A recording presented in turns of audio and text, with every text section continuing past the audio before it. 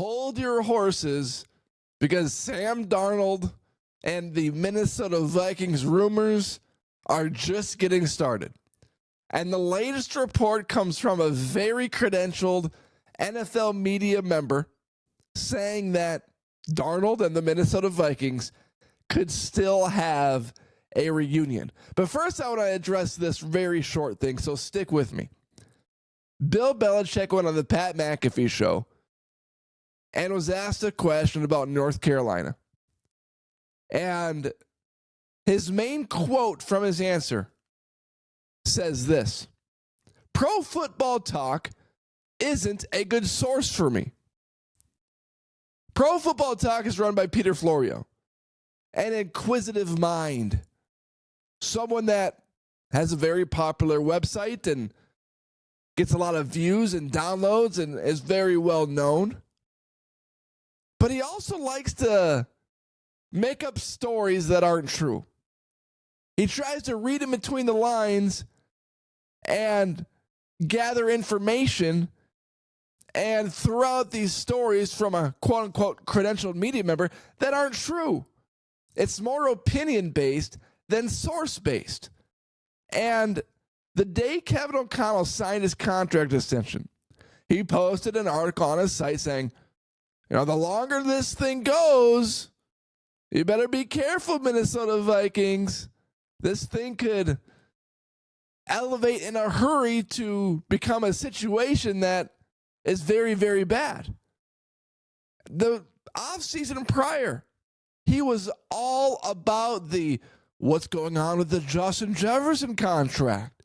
Why hasn't that been signed? Is he going to be traded? Are the Minnesota Vikings going to look to trade him? It is all Peter Florio and Charlie Walters of the Pioneer Press. No offense to you guys, but anytime I see a report that is sourced by you, I do not believe it.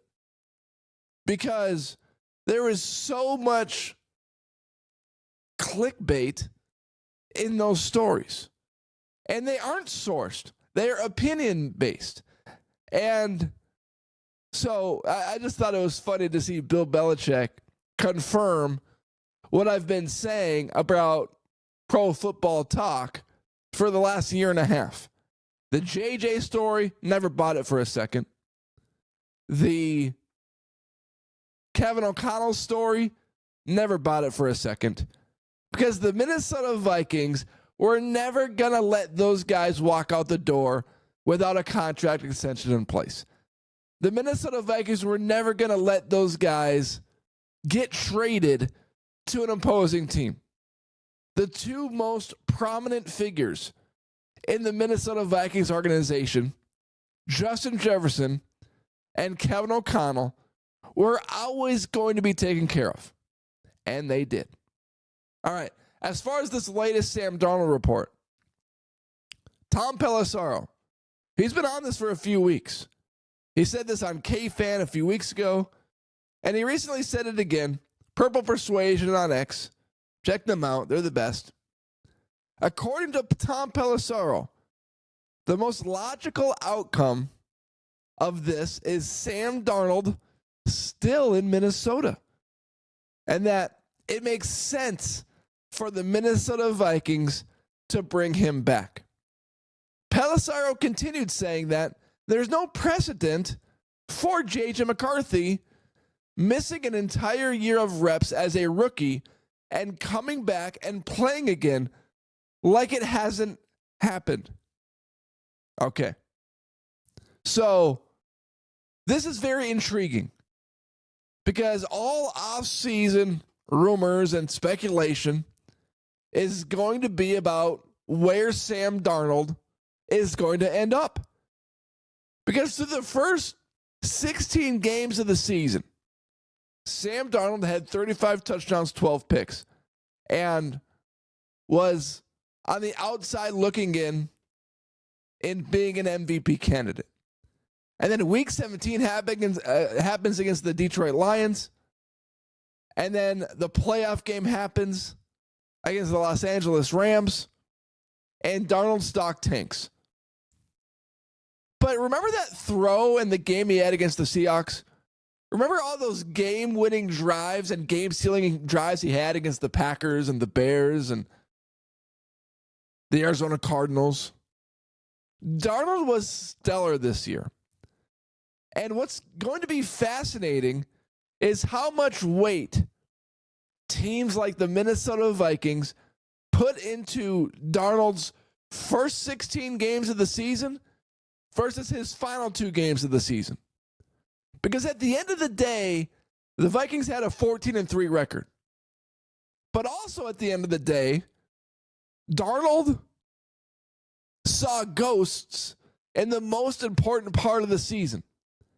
And for some reason, he went from the Green Bay Packers celebration to a guy that would not get rid of the ball versus the Detroit Lions and the Los Angeles Rams. He went from a guy mid-season that was solely focused on Jefferson to spreading the ball around late in the year to not throwing the ball in the final 2 games of the season. And this is going to be more about the market for Sam Darnold than the Minnesota Vikings' interest in bringing Darnold back. Because Darnold and the Minnesota Vikings, I'm sure they would agree to terms of a contract if both teams could mutually agree on a contract and what that amount was. But the controversy comes with other teams in the NFL needing a quarterback. And Jeremy Fowler of ESPN shared this, courtesy of the Purple Persuasion.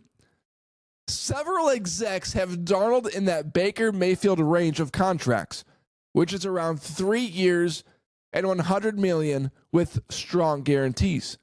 The Raiders and Giants, both picking outside the top 2 spots in the draft, might need to pay a quarterback. And the question, or the answer to that question, is yes, those 2 teams do need a quarterback. And the NFL draft is not primed with 5 quarterbacks that are QB1 worthy that are going to go in the top 15 of the NFL draft this year.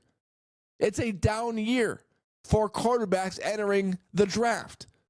And that tells me that these teams like the Raiders or the Giants, they are going to be in the market for a Kirk Cousins, for a Sam Darnold, more than they would have been if there was a J.J. McCarthy or a Bo Nix or a Michael Penix Jr. available in the upcoming draft.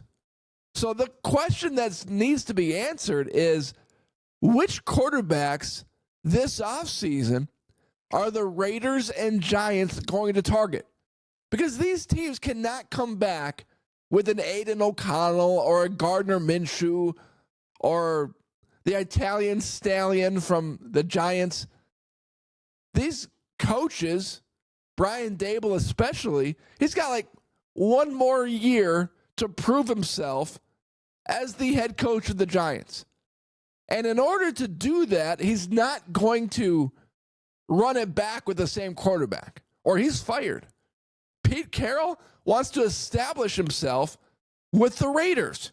And in order to have a competitive roster right out of the gate, he needs a quarterback. And he took Russell Wilson, mid-round pick in the NFL draft, made him a day 1 starter, and they won a bunch of games. So maybe that's Pete Carroll's approach to the quarterback position this offseason. But what are the chances that you find a Russell Wilson mid-round in the NFL draft and it becomes a Russell Wilson? Not very high.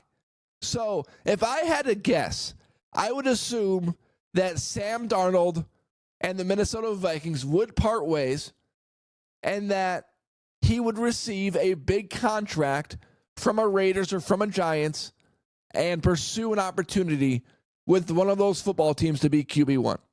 And that the Minnesota Vikings would go with a J.J. McCarthy, Daniel Jones situation where, if McCarthy's not ready, Daniel Jones is plenty capable of starting a few games for the Vikings next season, 3, 4, 5 games.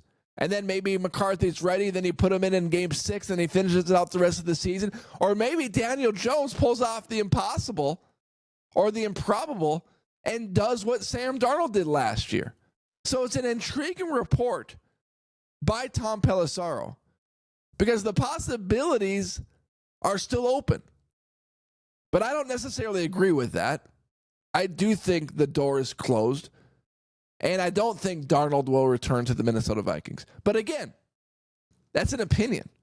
It's not sourced. I try to put my mind inside the Minnesota Vikings organization and think, what is best for us?